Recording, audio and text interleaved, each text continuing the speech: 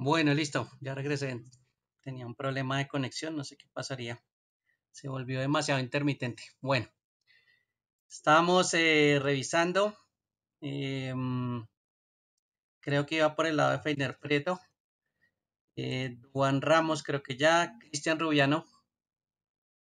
¿Está por ahí, Cristian? Bueno, Nicolás Suárez, creo que lo vi por ahí. Sí, me presenté.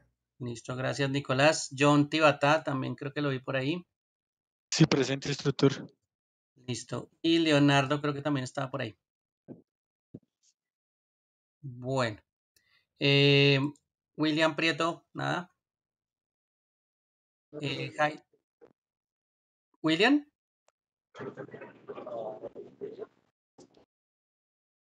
abrió fue creo que John. Bueno, Jaime Argüello,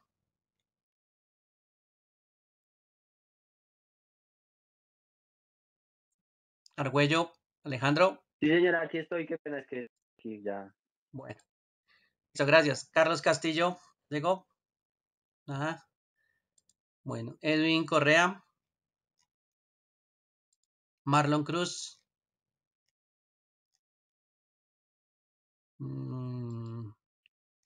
Yuri Fuentes. Presente, profe. Bueno, gracias. Dylan Peña, Nelson Pinilla y Cristian Rubiano nuevamente. Bueno, listo. Profesor, Leonardo Villar. Leonardo, ¿qué? Perdón. Villar, el último. Sí, sí, yo. Falta Leonardo ya, listo, ya, ahí está.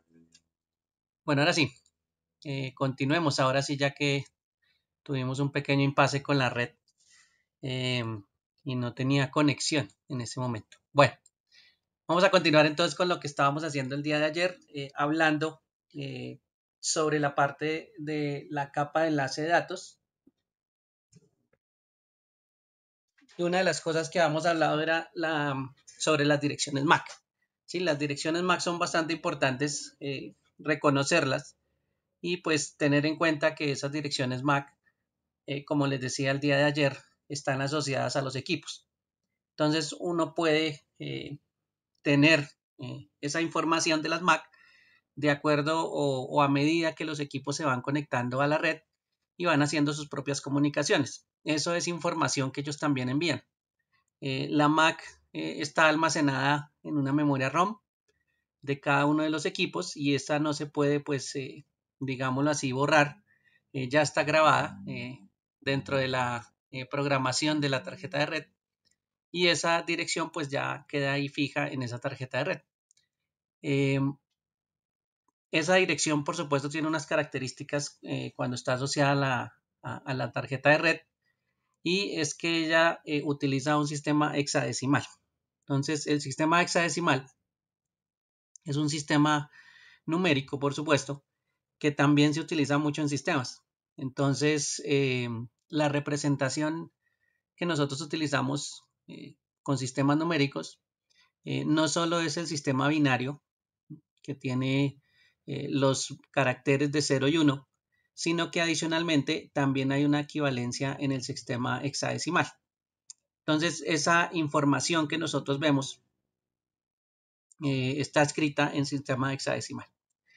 Para efectos de representación, si ustedes se acuerdan, los sistemas tienen una base y esa base, en este caso, para un sistema binario, pues es la base 2. Y para cualquier sistema hexadecimal, la base es 16. Eso me indica que hay 16 elementos representativos del sistema, mientras que en el sistema binario solo hay 2. Si ustedes se acuerdan del sistema binario, pues solo hay 2 elementos representativos, que es el 0 y el 1. Entonces, esas dos posibilidades que tiene el sistema binario son una de las formas que nosotros encontramos la información dentro del área de sistemas o dentro del área electrónica. La otra forma de representar esos sistemas es hacer una equivalencia con sistemas como el hexadecimal, donde hay representaciones de números. En total hay 16 representaciones. Y las primeras representaciones pues son los números que nosotros conocemos del 0 al 9. Las demás que hacen falta se reemplazan por letras, por lo general letras mayúsculas. Casi siempre la escribimos es con mayúsculas. Así la encontremos pues en minúscula, pero casi siempre utilizamos la representación con letras de ahí en adelante. Entonces todas las letras que están entre la A y la F también se van a incluir en ese sistema hexadecimal. Entonces, para no representar un 10 y que de pronto nos confundamos con ese dígito 1 y 0, pues se reemplaza por una A y así sucesivamente hasta la representación 16, que en este caso sería el 15, y el 15 se representa con una F. Entonces, esos 16 elementos que tiene el sistema hexadecimal, pues me permiten también representar elementos. ¿Cómo sería una representación de un sistema hexadecimal comparado con uno binario? Todo lo que ustedes ven aquí son una columna de números donde están las equivalencias de cada uno. Entonces, si ustedes ven, por un lado, están los números decimales. Por aquí están los números decimales. Voy a sacar una herramienta de lápiz. Por aquí están los números decimales, ¿sí? Los números decimales que nosotros conocemos normalmente. En base 10, por lo general, se colocan esos números. Y aquí están del 1 al 15. Su equivalencia en binario es su, digámoslo así, su transformación a un sistema pues más simple, donde solo tenemos la posibilidad de representar números con los dos dígitos que les acabo de mencionar, con el 0 y el 1. Entonces todo lo que ustedes ven aquí es la representación en binario de esos mismos 15 números decimales. Si vemos aquí, pues cada uno corresponde al dígito que está al frente. Por ejemplo, el 0 pues es solo ceros, el 1 tiene aquí un 1 al principio, y bueno, sucesivamente hacemos la conversión a ese sistema. Sin embargo, como les decía, el sistema hexadecimal pues también tiene una equivalencia. O sea que yo podría hacer conversiones, por ejemplo, entre el sistema decimal, ¿sí? Y convertir en un número decimal a un hexadecimal. ¿Sí? O podría convertir, por ejemplo, un binario a un hexadecimal. Entonces, esas conversiones pues son, digamos, operaciones matemáticas que se pueden realizar. La otra semana nos meteremos mucho más en el cuento de los binarios y más adelante cuando tengamos ya que ver un protocolo que se llama el protocolo IP versión 6, pues nos meteremos más con la parte hexadecimal. Sin embargo, pues la MAC ya incluye el sistema hexadecimal. Si ustedes se dan cuenta, las representaciones iniciales del sistema hexadecimal son del 0 al 9, eso equivale a los mismos números en sistema decimal, solo que a partir de ese número o de esa representación, las letras son los que reemplazan los números. Entonces, en el sistema hexadecimal, pues digamos que no está el 10, está la A, después sigue la B, la C, este sería el 11, este sería el 12, la D sería el 13, la E sería el 14 y por último la F sería el 15. Entonces, esa es como la equivalencia con el sistema decimal, sino que en sistema hexadecimal, pues escriben son estos elementos, que es la A, la B, la C y la D. Entonces, esa equivalencia para esos 15 números iniciales, pues también se utiliza en los sistemas de identificación de las direcciones MAC. ¿Sí? Ese sistema hexadecimal, como les decía, es un sistema pues muy común en la parte de comunicaciones y en la parte que estamos viendo que también son las direcciones y en este caso las direcciones MAC. Si tenemos en cuenta que la unidad básica es un bit, en este caso miren que los números hexadecimales corresponden a 4 bits. Entonces con 4 bits podríamos tener un número hexadecimal. Si duplicamos esa cantidad de bits, miren que aquí hay 8 bits, podríamos duplicar la cantidad de números hexadecimales. Entonces podríamos tener, pues por supuesto, mucho más números. ¿Sí? Mientras que en el sistema binario requerimos, por ejemplo, de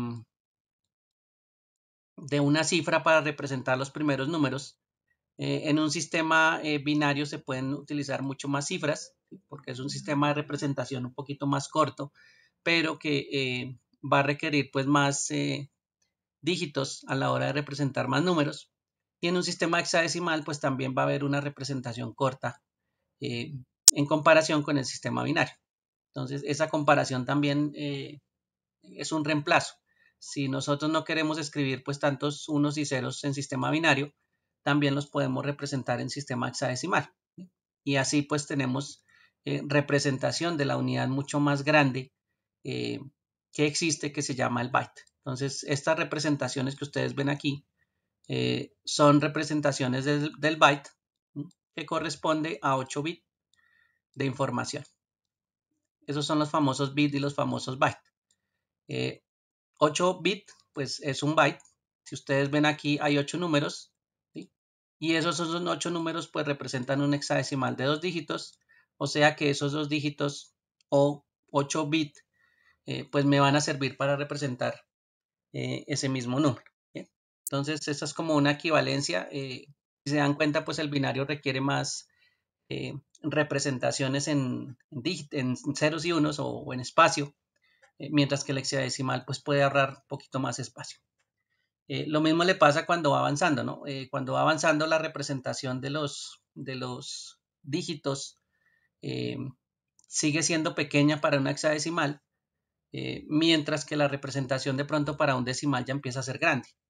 Ya empieza, por ejemplo, a pasar de los 3 dígitos. ¿Sí? Ese número que ustedes ven al final, que es el 255, en un sistema binario pues se representa con 8 unos, pero en un sistema hexadecimal solo se representa con 2 Fs.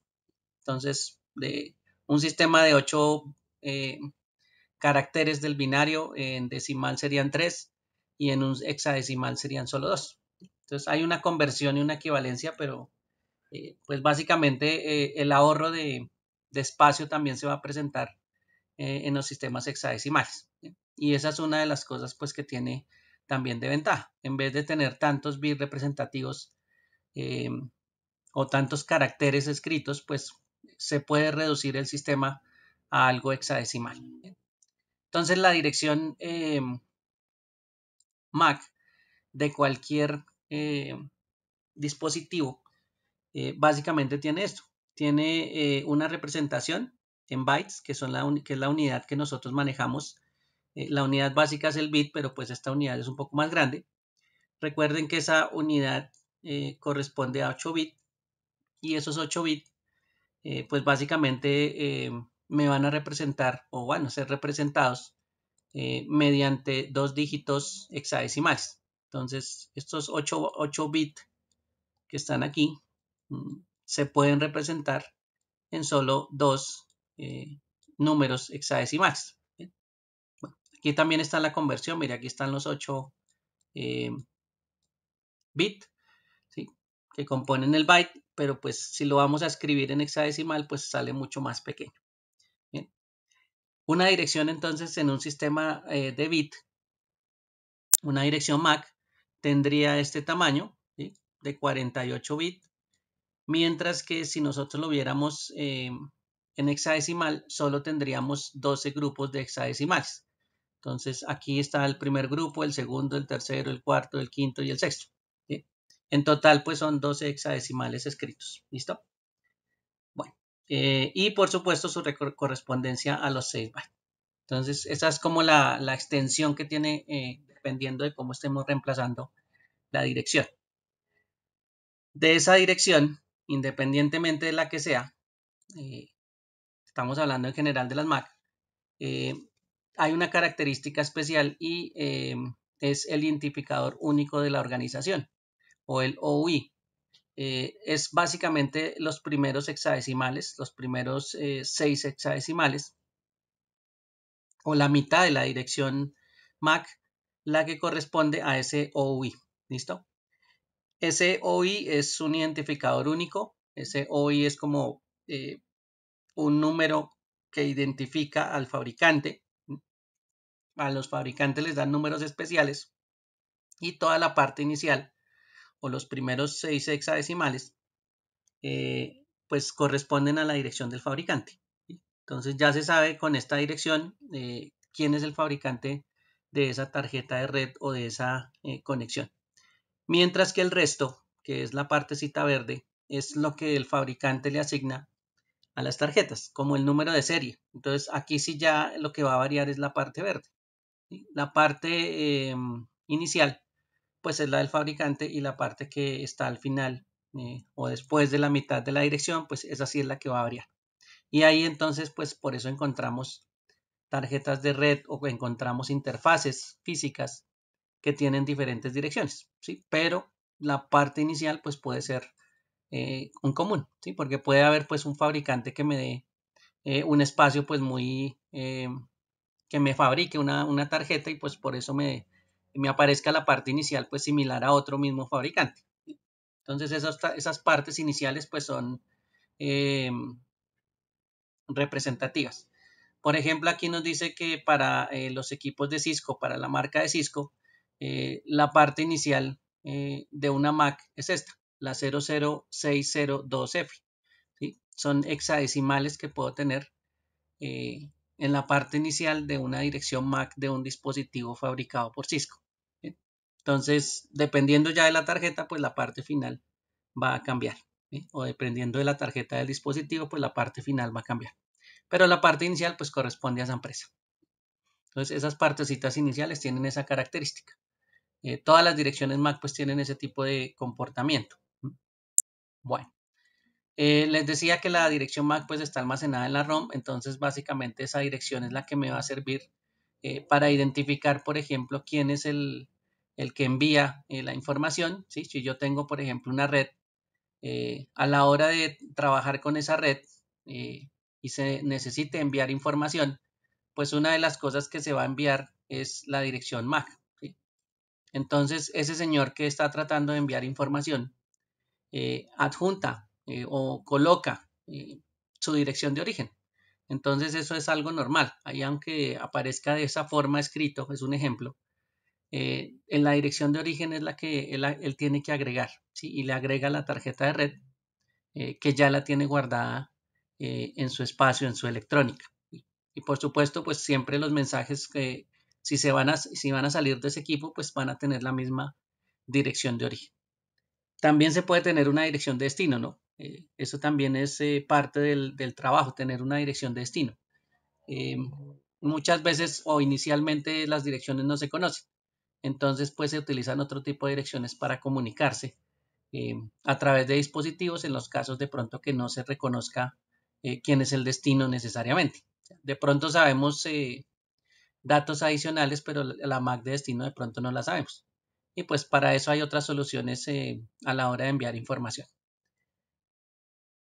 Cuando hay una comunicación de este estilo, del estilo de las MAC, como todas las comunicaciones, hay varias formas de comunicarse, y una de las formas de comunicarse es que un dispositivo se comunique con otro, ¿sí? directamente, no se comunique con todos los demás de la red o de un grupo, sino específicamente de uno a otro, ¿sí? como diciéndome, estoy comunicando directamente o conectado por un solo cable, ¿sí? suponiendo que están los dos conectados a través de un switch, pues suponiendo que los dos estuvieran por un cable, sería como una comunicación que se conoce como la comunicación unicast.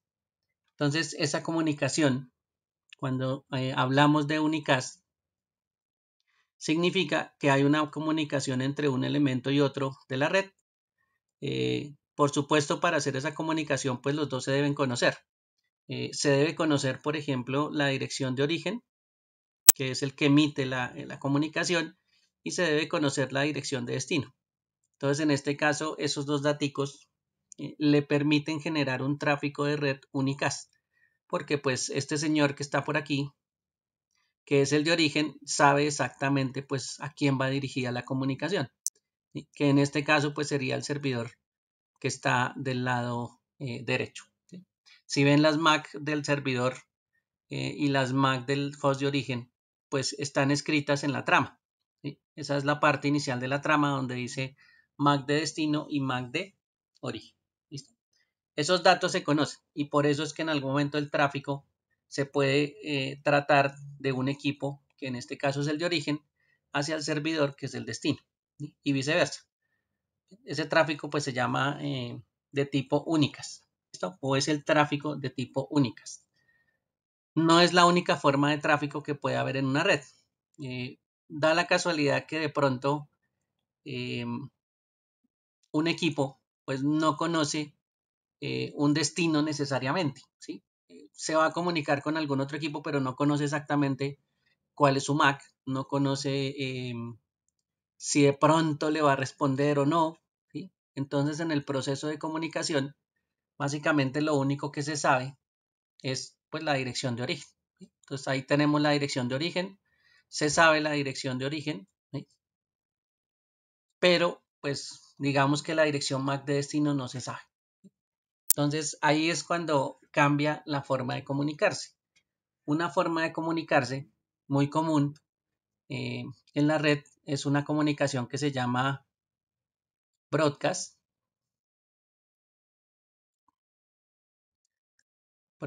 Y hay muchos protocolos de red que utilizan este sistema de comunicación. Entre otras cosas, cuando nosotros no conocemos algo, una de las formas de comunicarse es enviar esa trama, ¿sí?, al switch, y el switch que no conoce realmente pues su destino, muchas veces lo que hace es enviar esa trama a todo el mundo, ¿sí? Eso es un tráfico de broadcast, donde las tramas se reparten a todas las personas que están conectadas al switch. Bueno, menos al puerto que la emitió, ¿no? A este puerto pues no se la va a enviar, porque él fue el origen. Pero los demás pues sí van a recibir la trama. En ese momento ese tráfico se vuelve broadcast, de una host de origen hacia un grupo de todos los equipos de red que en algún momento están conectados al switch. Y ese tráfico de broadcast pues es normal para, de pronto, para empezar a conocer cuáles son los equipos. Cuando nosotros utilizamos, por ejemplo, un protocolo que se llama DHCP, el cual asigna direcciones, inicialmente el servidor de esa asignación de esa información, pues no lo conocemos, ¿sí? Nosotros llegamos a la red, nos conectamos a la red, no conocemos a nadie y entonces lo primero que hacemos es empezar a preguntar pues quién es esa persona. ¿Y cómo lo hacemos? Pues enviando información de broadcast a todos los equipos, ¿sí?, esperando que alguien nos responda. ¿Quién es el que nos tiene que responder en este caso? Pues el servidor de DHCP, ¿sí? La solicitud que nosotros hacemos es buscar a alguien que nos asigne información, que nos asigne una dirección IP, y eso lo hace el servidor de DHCP. ¿Sí? O sea que nosotros le enviamos una trama a todo el mundo preguntando quién es el servidor de DHCP, y por supuesto el único que nos va a responder pues es el servidor de DHCP. Pero inicialmente pues el tráfico se envía a todo el mundo. Y ese es el famoso tráfico de broadcast que se puede presentar en una red. También hay una variación. Antes de que se me olvide, la dirección de broadcast, digamos, son direcciones que están reservadas. Vamos a ver que en IP también, en las direcciones IP de capa 3 también hay direcciones reservadas que se utilizan para determinado tráfico. En este caso, la dirección que está aquí abajo de destino, que es solo Fs, ¿sí?, este ya no es un ejemplo, esta sí es la dirección que nosotros utilizamos, o que utiliza las tarjetas de red para comunicarse con un sistema de broadcast. ¿Listo? Entonces, queremos hacerle una comunicación a todo el mundo. Bueno, la MAC que se utiliza para a ese envío, pues es esa MAC que aparece ahí, que son solo Fs. Entonces, esa dirección, pues por supuesto no la tiene nadie más porque se utiliza específicamente para el tráfico de broadcast. ¿Listo? Nos daremos cuenta que también las direcciones IP pues tienen esas asignaciones de direcciones especiales para ese tipo de tráfico que es el broadcast. En este caso, bueno, la IP que está ahí al lado pues es una IP de broadcast. Esas son las dos IPs pues que se utilizan para tráfico de broadcast en el caso que se necesiten pues observar. Hay otra forma de tráfico. Ya esa forma de tráfico pues es bastante, digamos, exclusiva y no se envía a todo el mundo. en este caso el tráfico va a un grupo especial, ¿sí? Ese grupo especial es un grupo que es el destino, ¿sí?, de la comunicación, y vamos a suponer que el destino de la comunicación solo son estos tres, ¿sí? Los otros dos no, solo los tres de arriba, ¿sí? Para hacer eso también se necesitan direcciones especiales, y la MAC pues también que se utiliza tiene esta característica en el destino. El grupo por lo general inicia con estos 3 dígitos para identificar pues que hay una comunicación que se llama de multicast. Multicast es cuando estamos apuntando el tráfico a un grupo pues especial. En este caso eso se llama multicast. No a todos, en este caso, si estuviéramos apuntándole a todos o quisiéramos comunicarnos con todos o enviáramos una señal en general, pues ese tráfico sería broadcast. En este caso solo hay una partecita de equipos con la cual nos queremos comunicar, y por supuesto ese tráfico pues ya es a un grupo especial y se llama multicast. La MAC inicia por esos 3 grupos, el 01005E, esta es una dirección que se utiliza para enviar ese tipo de tráfico multicast. Y bueno, veremos más adelante que las direcciones IP también tienen un grupo especial para transmitir multicast en caso de que sea necesario. Multicast sería algo así como tenemos una red y resulta que estos señores, por ejemplo, tienen un servicio exclusivo, por ejemplo de TV, que pagaron unos canales especiales para observar, ¿sí?, mientras que los demás no pagaron, ¿sí?, aunque estén en la misma red, pero pues los demás no pagaron. Entonces pues estos señores son un grupo especial, ¿sí?, y esos señores pues están recibiendo un trato diferente a los otros dos, y ese trato diferente es de pronto el servicio que pagaron adicionalmente. Entonces eso va a tener una forma de identificar ese grupo para que los diferencie de otro, ¿listo? Y eso pues también implica las direcciones y el tráfico que se envía desde la identificación de la trama, ¿no? La MAC de destino y por supuesto el IP de destino. Esos son 3 tipos de tráfico que hay en una red. Las MAC también están asociadas a esos 3 tipos de tráfico, y las IPs más adelante cuando veamos IPs también están asociadas a esa forma de comunicación, a la forma de comunicación únicas cuando es de 1 a 1, broadcast cuando es de 1 a todos los de la red, y multicast cuando es de una origen a un grupo de hosts especiales dentro de toda la red.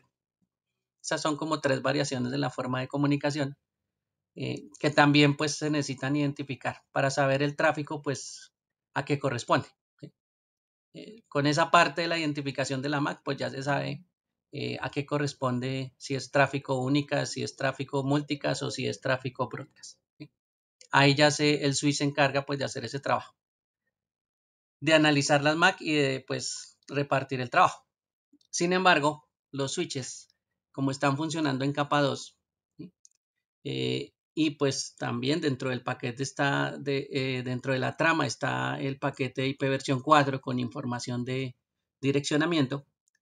Básicamente lo que observa son las MAC, ¿sí? Eso es lo primero que él observa. Y una vez que nosotros nos conectamos a un switch, ahí este dibujito que aparece aquí está representando una conexión en teoría, un switch de 4 puertos y 4 equipitos que están también conectados. Las MAC están reducidas a ese grupito pequeñito. Simplemente es como un gráfico educativo que reemplaza la MAC que ustedes ya conocen, que es bastante larga, por esas cifras nomás. ¿Listo? El switch inicialmente, cuando yo conecto un equipo, él no sabe cuáles son las MAC de los equipos. O sea, él no conoce a nadie. En ese momento que se conectan y que el equipo se enciende y ese equipo necesita una comunicación, entonces es que el switch en ese tráfico y en ese intercambio de información va a organizar su propia base de datos, ¿sí?, con las direcciones MAC que tiene cada puerto. Entonces, dependiendo de la comunicación, él va a generar algo que se llama las tablas de direcciones MAC. Y esas tablas de direcciones MAC, ¿qué tienen? Tienen el puerto, por ejemplo, supongamos que el puerto es 1, y adicionalmente tienen la dirección MAC. Entonces, recibí una dirección MAC a través de ese puerto. Vamos a decir que recibimos la 00A, ¿listo? Que es el PCA que está conectado a ese puerto número 1. Entonces, cuando él recibe una comunicación de ese PCA, pues va almacenando la tabla de direcciones y ahora sí ya sabe por qué puerto, ¿sí?, se debe comunicar con el PCA en este caso, ¿sí? Entonces, él ya sabe que esto corresponde a un PC y ese PC, que es el PCA, pues tiene esa MAC. ¿Sí? Cuando alguien se quiera comunicar con el PCA, pues una de las cosas que él va a observar es la dirección MAC y va a saber que está conectado al puerto 1. Entonces, en ese momento, él ya puede empezar a intervenir en la comunicación y mandar el tráfico directamente al puerto que corresponde a esa MAC. Mientras que él no lo conozca, desafortunadamente, pues el tráfico no se puede hacer así de fácil, porque si él no conoce a nadie, pues no le puede enviar directamente al puerto que corresponde, ¿sí?, ya que no lo conoce. Entonces, básicamente hay una comunicación, ¿sí?, del PCA, por ejemplo. Se guarda la dirección en la tabla de MAC. Ya se aprendió que efectivamente el computador está conectado ahí en el puerto 1, entonces él lo almacenó en su tabla MAC. Y posteriormente,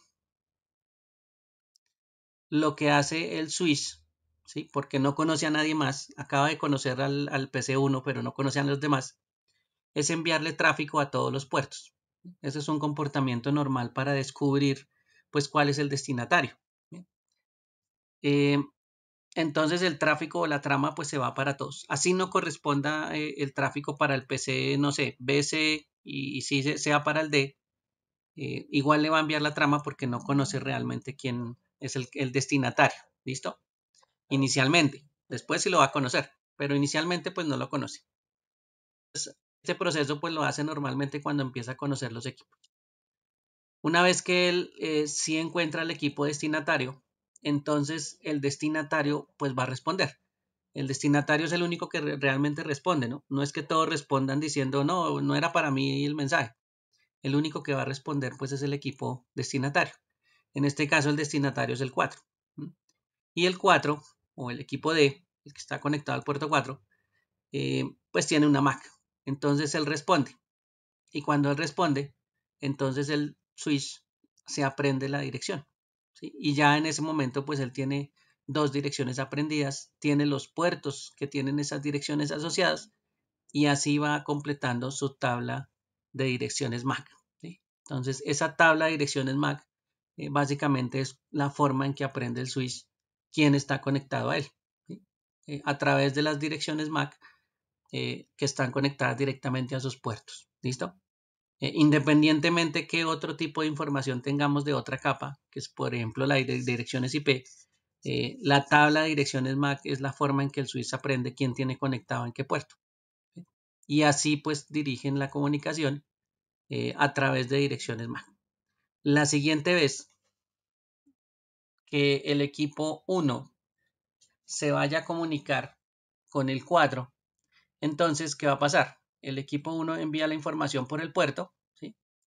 El switch ya va a saber cuál es la MAC de destino y entonces él no se va a poner a enviar la comunicación al puerto 2 y 3, ¿sí? Él directamente, como ya sabe, ahora sí va a enviar la comunicación directamente al puerto 4. O sea que aquí ya estamos evitando un tráfico de broadcast y lo estamos convirtiendo en un tráfico de únicas, ¿sí? Ya sabemos cuál es el origen, ya sabemos cuál es el destino, en qué puerto está y efectivamente pues pasar de un tráfico de uno a muchos, a todos, perdón, pasar a un tráfico de 1 a 1 pues ya es diferente. Y todo gracias pues que él va aprendiendo cuáles son las direcciones MAC que tiene conectados. ¿Bien? Entonces esa es como la forma sencilla de ir aprendiendo, ¿sí?, a través de la tabla de direcciones. Y todo lo que está conectado a un puerto pues como es único y ese elemento único tiene su propia MAC, pues es fácil asociar una MAC a el puerto que tiene conectado y crear una tabla, ¿sí? Con eso ya saben que esa MAC pues corresponde al puerto que está conectado. Ese aprendizaje es el que puede de pronto ser traumático inicialmente, pero pues es un, digamos, aprendizaje que lo realizan todos los switch, ¿sí? Por supuesto, yo digo traumático, pero realmente es como los pasos que uno describe. Para el switch eso son cuestiones de milisegundos, ¿sí? Uno ni siquiera se da cuenta, pero pues a la hora de describir cuáles son los pasos, pues sí se hace un poquito más largo, ¿sí? Entonces esa es la forma en que aprenden los switches qué direcciones tienes colocadas en sus puertos, ¿sí? Por eso es importante esa dirección MAC, ¿sí? Para que ellos sepan quiénes son los que están conectados directamente a los puertos. Si no hay una conexión o si no hay una dirección dentro de la tabla, ¿sí? Recuerden que también hay un tráfico de broadcast o también los switches después de que aprenden, también aprenden que hay otras rutas, ¿sí? Y la ruta de salida del switch pues es una de las soluciones que él también tiene. Entonces cuando él no conoce dentro de sus 24 puertos o dentro de sus 4 puertos, no conoce las direcciones, ¿sí? Y solo tiene una posible ruta de salida, entonces él envía las comunicaciones por esa posible ruta de salida, ¿sí? Que en este caso podría ser la conexión hacia otro equipo.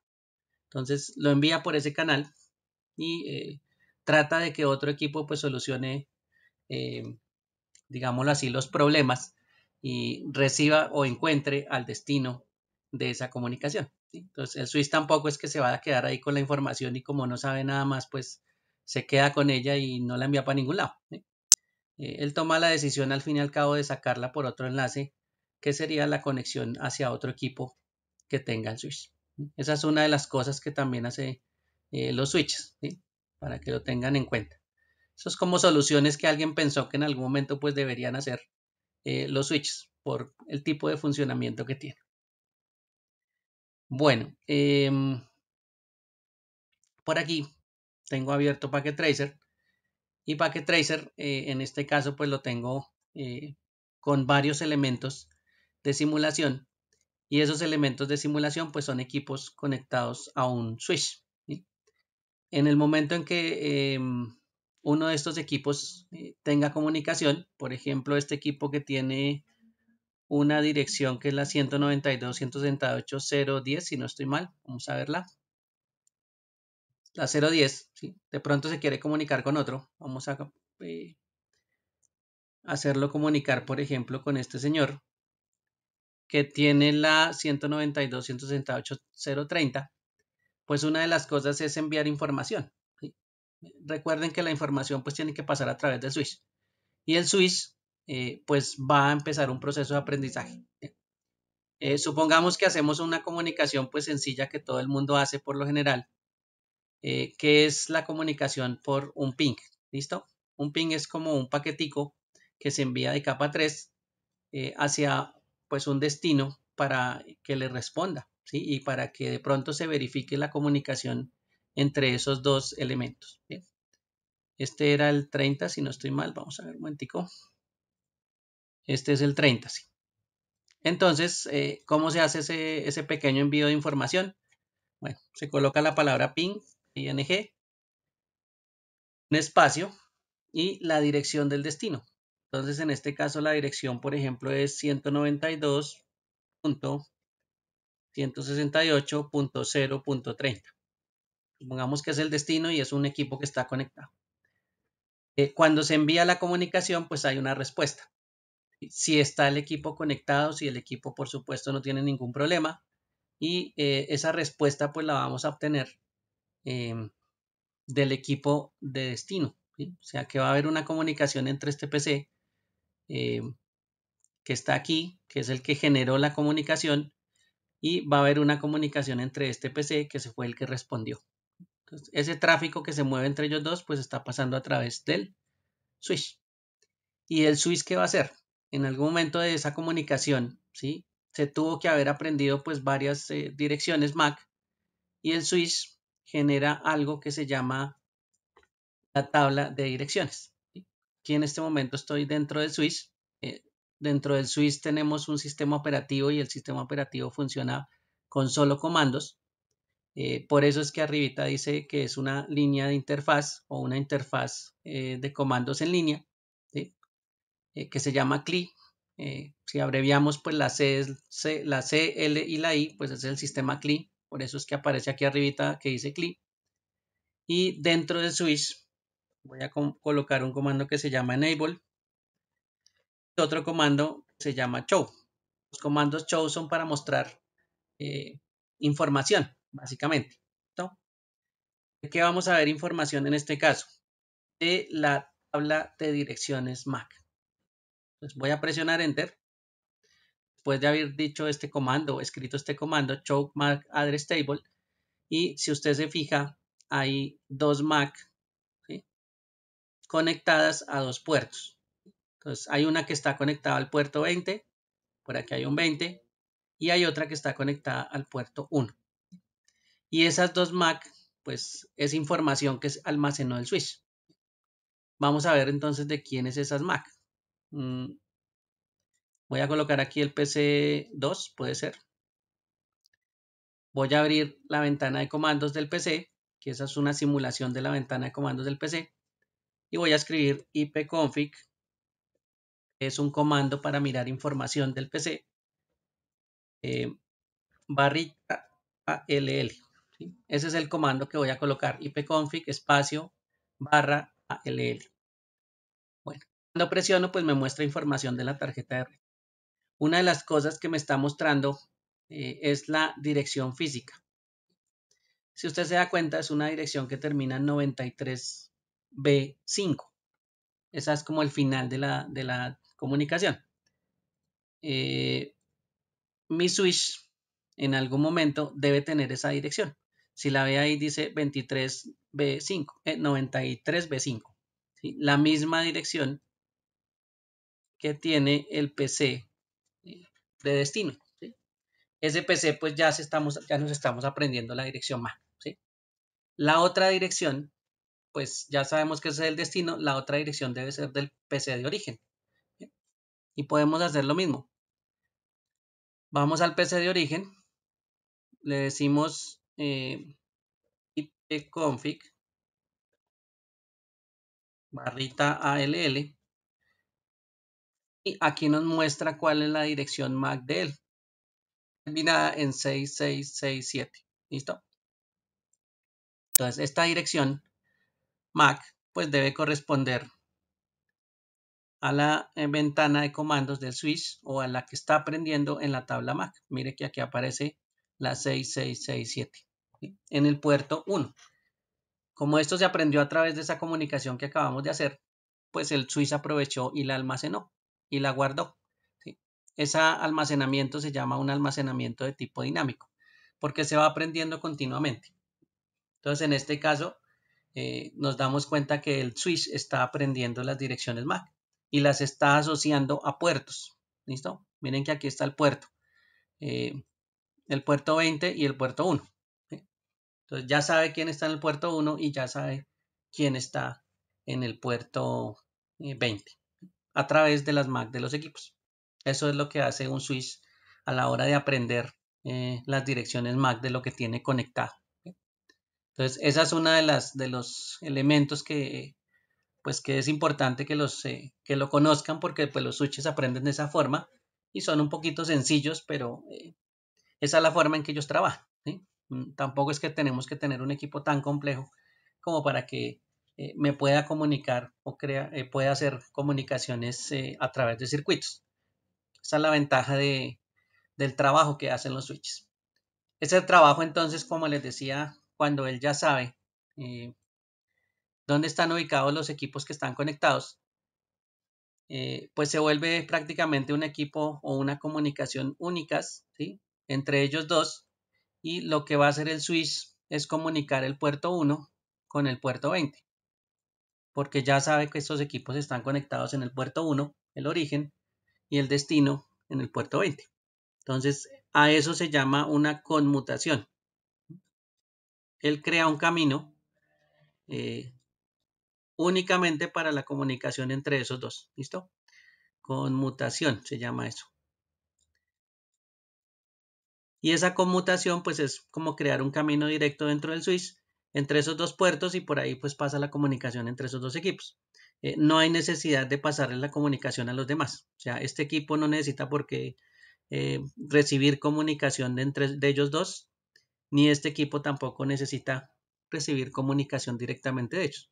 Entonces, el switch es el que se encarga de crear ese caminito internamente en sus circuitos y conmutar la comunicación y cerrar un circuito, como si creara un puente entre esos dos puertos. ¿Sí?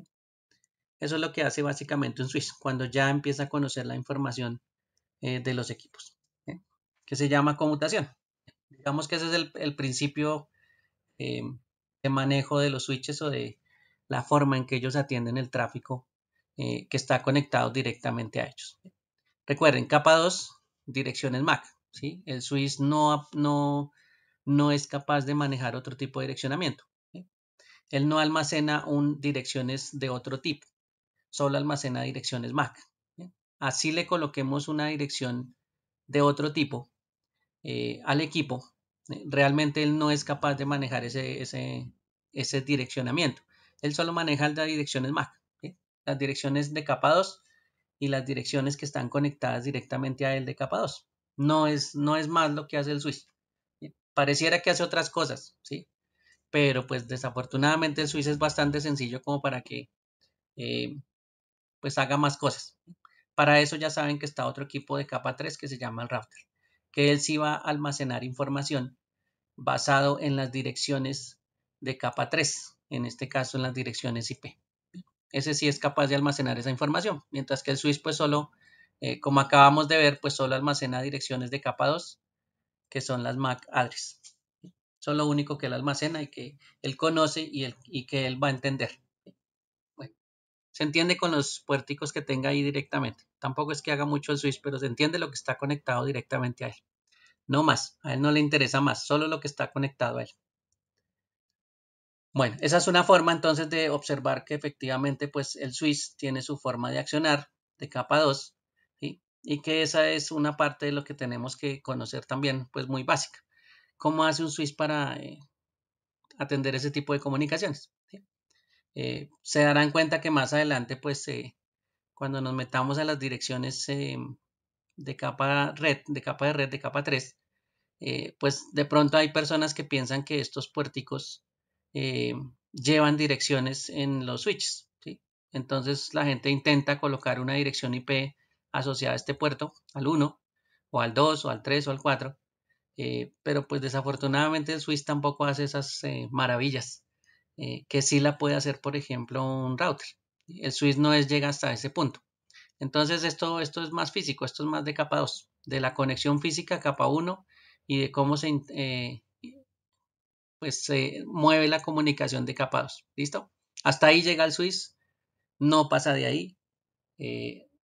Las direcciones de capa 3 o las direcciones IP, créanme que no es parte del funcionamiento de los switches. ¿Listo? Bueno, acuérdense de eso porque más adelante, cuando configuremos los switches, pues nos vamos a dar cuenta que no es que uno se la pase configurando puertos y direcciones de capa 3 a los puertos. ¿Listo? Eso es lo normal que uno pues tiende a hacer en las configuraciones.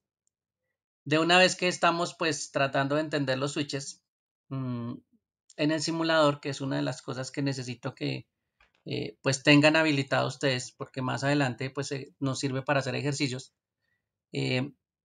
Necesitamos en algún momento este es el más básico. Esto es un simulador que se llama Cisco Packet Tracer.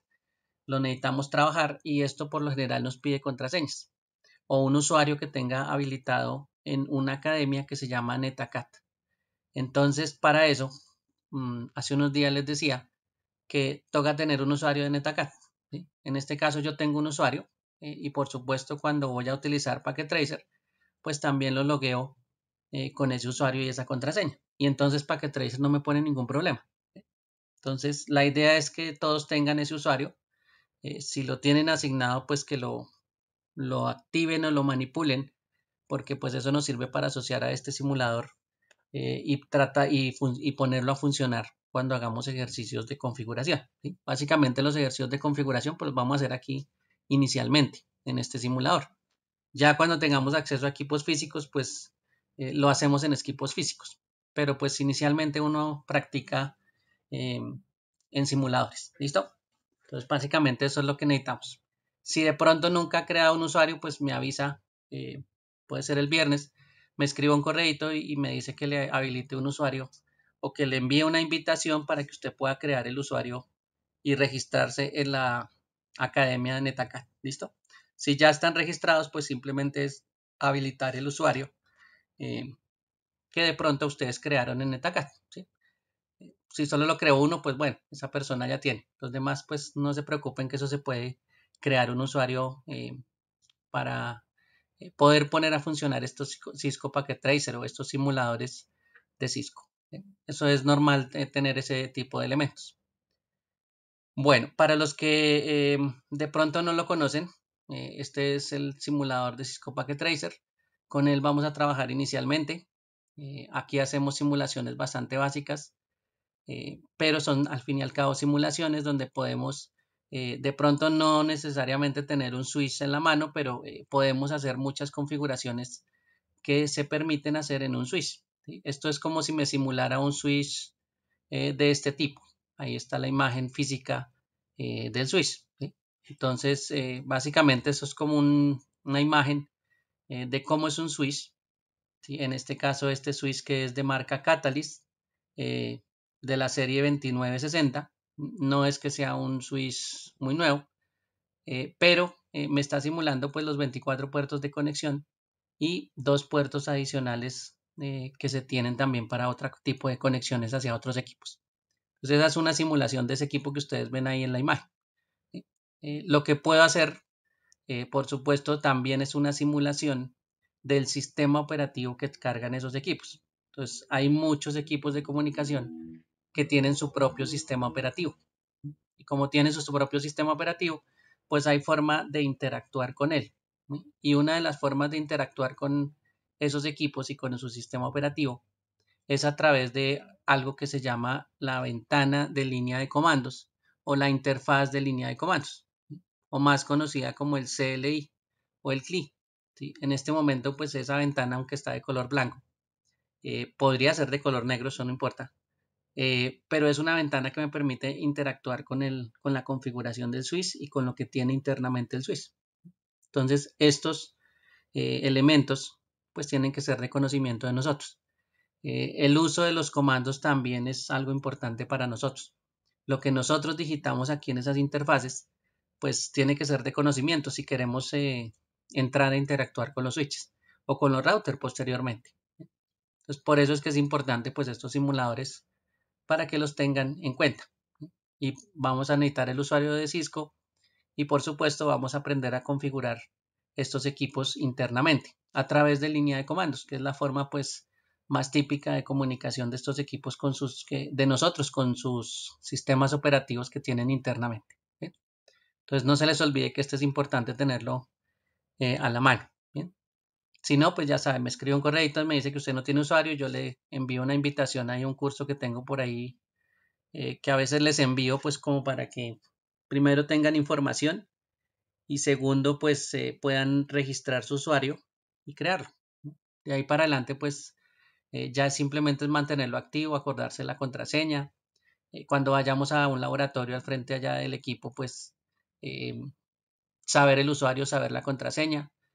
Si pueden instalarlo en sus casas pues también se necesita el usuario y la contraseña para ponerlo a funcionar. Entonces, por eso es que les estoy diciendo que ese usuario y esa contraseña pues son necesarios. Esa interfaz es fácil de manejar, no es muy difícil de manejar, ya uno se habitúa, aunque esté en inglés, que desafortunadamente estas interfaces están en inglés, ¿sí? Pero no significa que uno no pueda interactuar con ellas. ¿Sí? Muchas veces utilizamos ciertos botones o ciertas características que son muy básicas. Entonces, estas configuraciones, pues, o esas habituarse a ciertos botones y a ciertos elementos, pues es muy básico. Por ejemplo, dentro de este simulador, el área de trabajo, pues, termina siendo este espacio grande, blanco. Muchas veces interactuamos con los elementos que están en esa área de trabajo y esos elementos, pues, toca primero agregarlos, ¿sí? O colocarlos en esa interfaz o en esa área de trabajo y los elementos por lo general están agrupados en la parte inferior. Esta parte inferior izquierda es la que tiene los elementos que nosotros podemos simular aquí en Packet Tracer. Fuera de esos elementos pues que están agrupados, que son familias de elementos que están ahí, cada vez que yo seleccione una familia, pues esa familia se va a desplegar algunas de las opciones que tiene internamente.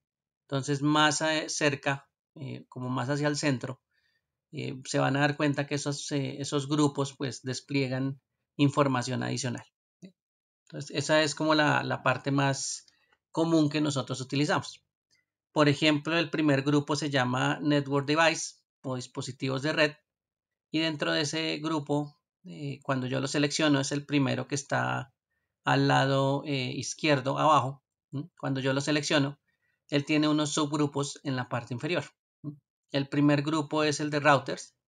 Si ustedes ven en la parte central, hay una serie de números de cada uno de los modelos del router, y cuando yo voy a agregar un modelo específico, pues simplemente selecciono el elemento y lo arrastro al área de trabajo.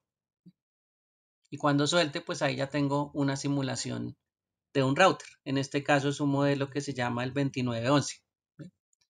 De ahí en adelante, pues yo puedo, por ejemplo, seleccionarlo, ver la imagen de cómo sería ese router, o una simulación de una imagen que nos está mostrando cómo es el router. Si ustedes ven, por aquí hay un botón de encendido, un cable, por aquí hay unos espacios para conectar tarjetas. De un ladito hay unos puertos que ya vienen conectados, y por aquí está la referencia del router, que es un Cisco 2900 o de la serie 2900. Ese es el router que estamos pues en este momento seleccionando. No es el único, hay más modelos, y pues todos esos numeritos que ustedes ven ahí son diferentes modelos de router. Por ejemplo, este tiene otro aspecto, tiene otros puertos diferentes en comparación con el anterior. Vamos a ver si por aquí lo tengo, el otro. Listo. Ahí están los dos, y pues ahí se notan que son diferentes. De dos series diferentes. Esa es una serie 4300. El aspecto pues se dan cuenta que es diferente. Y tiene pues otros espacios para llenar pues algunos elementos que tienen puertos que nos pueden servir para comunicarnos. Esos son los elementos que uno va agregando dependiendo de la necesidad. Si no los necesita, pues estos elementos con la tecla suprimir se pueden borrar. No hay ningún problema. Si usted no necesita algo, pues con la tecla suprimir se puede seleccionar y se puede borrar. No es el único elemento en este caso, son muchos routers que hay acá, pero pues no es el único elemento. El siguiente grupo son switches. Switches que en algún momento, como los que aparecen ahí, como este 2960 que habíamos visto ahorita, otros switches de pronto que podemos utilizar más adelante. Por ejemplo, este switch que aparece acá. Este es un switch que no solo funciona en capa 2, sino que es un switch que también puede funcionar como un router. Entonces tiene esa doble función. Funcionar como un switch, y adicionalmente pues tiene muchas opciones de router para poderlo trabajar. Entonces este es otro switch que ustedes pueden ver de una serie que se llama Catalyst 3560. ¿Sí? Entonces este switch pues muy parecido al otro switch, pero pues en este caso tiene algo adicional, que es que poder trabajar como un router. Entonces tiene como esa habilidad. ¿Sí? Eso es como un equipo que en algún momento, si se necesita como switch, pues funciona como switch, pero tiene habilidades también de router. Entonces ese también pues se puede utilizar posteriormente. Bueno, ahí hay otros. Un equipo que es digamos que parecido de pronto en su aspecto al switch o a algunos switches, pero en funcionamiento es mucho más básico que el switch. Es este que se llama un hub, y este hub básicamente son puertos, puertos de conexión donde usted puede conectar efectivamente algunos elementos por cable, pero el funcionamiento básicamente es o bueno, el funcionamiento básicamente pues no es tan especializado como el switch, sino esto básicamente funciona a manera de broadcast. Entonces prácticamente todo lo que se envíe por cualquier puerto pues se reparte a todos los demás puertos o se envía a través de los demás puertos. Él no tiene como ese sistema que tienen los switches para ir aprendiendo quién está conectado en qué puerto, ¿sí? Entonces estos switches, estos hubs son mucho más sencillos que un switch y no hacen ese trabajo especializado del switch de ir aprendiéndose pues quién está conectado. A este no le importa ni siquiera el aprendizaje, simplemente reenvía por todos los demás puertos y chao, ¿listo? No hace nada más este hub. Entonces este equipito pues no es que sea muy eficiente, pero pues de vez en cuando se hacen escenarios con esos tipos de equipos. El siguiente grupo es inalámbrico. El inalámbrico pues entonces tiene varios dispositivos inalámbricos, por ejemplo Access Point, que son los que dicen AP. Por aquí voy a colocar un símbolo de un AP o un Access Point, que por supuesto son los elementos que uno coloca en nuestras redes internas, ¿sí? No hay necesidad de colocar otro elemento sino este Access Point. Este simplemente tiene un cable de conexión a la red, el resto son antenas para hacer, digámoslo así, la conexión inalámbrica y a través de ese único puerto que tienen pues se conecta a nuestra red y es un punto de acceso, por eso se llama un Access Point, que sería el punto de acceso, ¿sí?, a nuestra red. No necesitamos pues más para conectar equipos inalámbricos. Ya si el escenario requiere una conexión hacia la WAN, pues ya hay otro elemento que es un router, ¿sí? Y ese elemento router, pues miren que parece el círculo del mismo router, solo que tiene un par de antenitas. Y ese router pasó. Se me quedó el packet tracer. Se quedó ahí tratando de abrir el router. Vamos a ver si intentamos otra vez. Listo. Ahí entró, ya visualizamos el router. Mira, ahí está la ventana del router. Una conexión hacia la WAN, que es la conexión azul. Y el resto de conexiones, que son esas 4, pues son para los cables de la LAN y a las antenas inalámbricas que están a los dos lados. Entonces, ese es un equipo de enrutamiento que tiene un canal adicional para sacarlo a internet. Esos son los equipos que tenemos por lo general en las casas, ¿sí? Un router inalámbrico, ¿sí? También pues tiene ese tipo de conformaciones. Nosotros le conectamos un cablecito, un PC que está ahí por ahí cerca, el resto lo hacemos por inalámbrica y sabemos que hay un solo cable que va hacia la conexión del proveedor de servicio. Entonces, estos equipos pues hacen otro tipo de trabajo, hacen el trabajo de un router. Y bueno, ya sabemos que hay dos equipos pues que se utilizan. El router, que son para escenarios de conexión hacia internet, y el access point, que son para conexiones internas dentro de la LAN. Los dos de tipo inalámbrico. ¿Listo? Los dos se utilizan de tipo inalámbrico. Pero pues los escenarios que nosotros utilizamos como son empresariales, pues utilizamos los access point en vez de los routers. Bueno, por ahí hay más equipos. Bueno, otros equipos que también son hasta antenas que simulan conexiones de celular. Entonces aquí hay unos elementos que se pueden simular que son los celulares y pues ahí está la antena de conexión. Nosotros pues no es que veamos mucho eso. Eso es más de otra cosa que se llama IoT. Bueno, ¿qué más hay por aquí? Bueno, simulaciones de conexiones a la red y algunas otras conexiones como conexiones DSL. Entonces aquí hay un equipo de conexión bastante sencillo también que se llama un equipo de DSL o un modem DSL para la tecnología de conexión que efectivamente pues teníamos anteriormente. Lo que pasa es que ya se parece mucho más a un router inalámbrico, pero sí le sigues diciendo modem para trabajar con esas líneas de DSL, ¿listo? Pero pues ya lo que tenemos realmente es un router. Bueno, esos grupitos para equipos, equipos de conexión de red. Para equipos finales tenemos, por ejemplo, PCs, hasta laptops. Mire, podemos simular laptop, servidores, ahí podemos simular servidores, impresoras, teléfonos de IP o voz IP. Bueno, por aquí hay hasta televisores, tablet. Bueno, varios elementos tenemos aquí como dispositivos finales. Ahí si se dieron cuenta, la tablet solita hizo una conexión inalámbrica, ¿sí?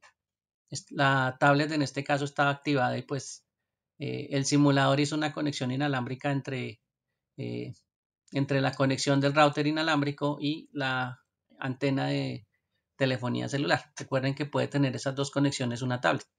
Entonces, bueno, ahí la hizo automáticamente. Por aquí hay un smartphone o una simulación de un smartphone. Si está encendido, pues ahorita se conectará. Mire, ahí también se conectó por las dos señales para la antena de telefonía y directamente al router que está allá arriba. Bueno, ahí hay varios elementos que también se pueden simular. Elementos del Internet de las cosas, por ejemplo, puertas. ¿Sí?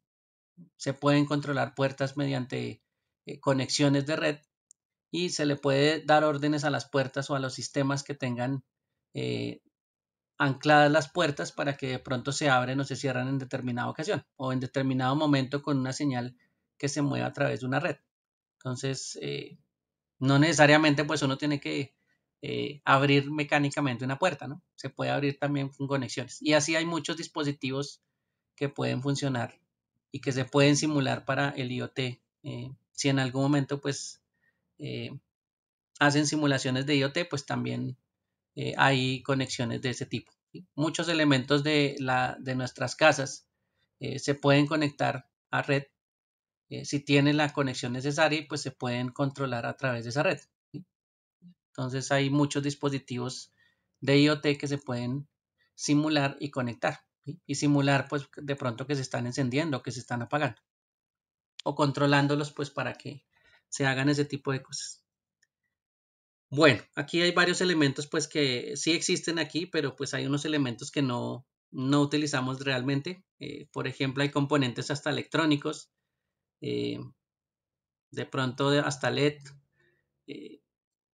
Algunos simuladores de pantallas, bueno, sensores, etcétera, etcétera. Hay varias cositas pues que se pueden simular en este simulador. Lo que pasa es que pues el alcance no llega hasta esa parte de IoT, o sea, esa parte del control a través de tarjetas. ¿Sí? Por ahora no nos llega tanto hasta allá. Necesitamos básicamente los dos primeros, ¿listo? Y los elementos que se pueden simular dentro de esos dos primeros para crear nuestras redes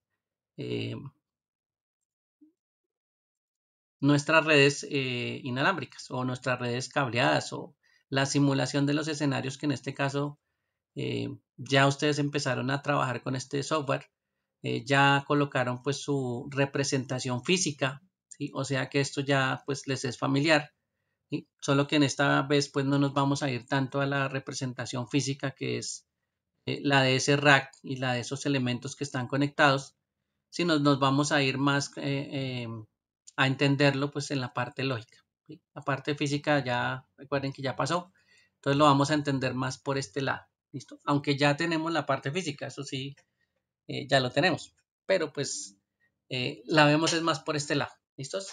Por la parte lógica de funcionamiento. Y para eso pues son los simuladores. Entonces necesito que le echen una miradita a sus cuentas, que lo habiliten, porque pues eso es uno de los conocimientos que vamos a empezar a trabajar en las próximas semanas. ¿Bien? Bueno, lo otro que también vamos a empezar a tratar son los sistemas numéricos, porque cuando nos metamos con direccionamiento de capa 3, pues vamos a tener que tener frescos esos conocimientos de sistemas numéricos, ¿sí? De cómo funciona un sistema numérico binario, ¿sí? O un sistema decimal, qué relación tiene entre esos dos, y por supuesto el hexadecimal que va más adelante. Entonces ya se dieron cuenta que las direcciones MAC están en hexadecimal, y pues las direcciones IP, aunque ustedes las vean en sistema decimal, ¿sí? O marcados con números decimales, realmente uno las opera en sistema binario. Entonces tenemos que conocer el sistema binario, que es parte de uno de los conocimientos pues importantes para manejar direccionamiento. ¿Listo? De ahí ya cuando manejemos esos sistemas pues ya nos metemos directamente al direccionamiento y en ese momento pues es algo que debemos empezar a manipular y a conocer, porque de aquí en adelante tenemos que ver con las direcciones de capa 3 para todo, ¿sí? Y entenderlas pues es muy importante también tenerlas. ¿Listo? Entonces esa partecita del direccionamiento y de la parte matemáticas, pues la empezamos a trabajar, yo creo que a partir de mañana, ¿sí? Para que se vayan haciendo la idea. De aquí en adelante, pues nos toca iniciar con esa parte de direccionamiento, con esa parte de los sistemas numéricos como base, ¿sí? Toca desempolvar esos conocimientos de matemáticas, porque eso es pues muy necesario para nosotros, para poder entender la capa 3 y cómo funciona. Entonces, eso es básicamente nuestra relación a partir de las siguientes clases, ya meternos directamente a las capas de red. Entonces, tarea en este caso, no se les olvide mirar su usuario en NetACAD y adicionalmente pues empezar a mirar todos esos elementos que hemos visto, por supuesto para un trabajo especial que es una guía que es nuestra primer guía, que ahora sí, los primeros días no les dije nada de guías, pero ahora sí se las voy a enviar, allá se va a ir a su correo y ese es el trabajo que vamos a realizar de hoy miércoles hasta el otro miércoles, ¿listo? Ese es como nuestro primer entregable. De aquí a ese miércoles, por supuesto, aspiro que ya me llegue mi usuario asociado a su... Bueno, el usuario ya lo tengo. Lo que tienen que hacer es asociarme a su grupo para que yo pueda entrar a la plataforma Territorium y les pueda colocar pues estos documentos. ¿Listo? Dentro del correo también les envié 4 presentaciones. Esas presentaciones son de los capítulos que pues he recorrido como manera de repaso. Habrán unas cosas que de pronto no las he mencionado dentro de esas presentaciones porque son presentaciones pues mucho más largas de un curso. Entonces habrá cosas más teóricas, habrá cosas más de generales, pero pues esas informaciones se las acabo de enviar para que las observen y para que también sea material de consulta de ustedes. Entonces estas 4 presentaciones que son varios capítulos que tiene este curso, pues tienen información sobre lo que hemos visto. Bueno, aquí estas primeras 10, por ejemplo, no tienen casi nada. Empiezan por aquí como en esta azul, donde nos cuentan pues cómo son las redes de hoy, ¿sí?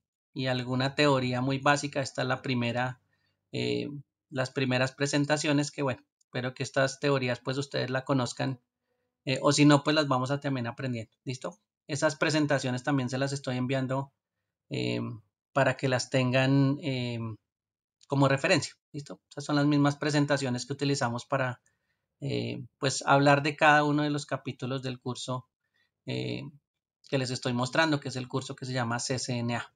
¿Listo? Bueno, entonces es un elemento adicional.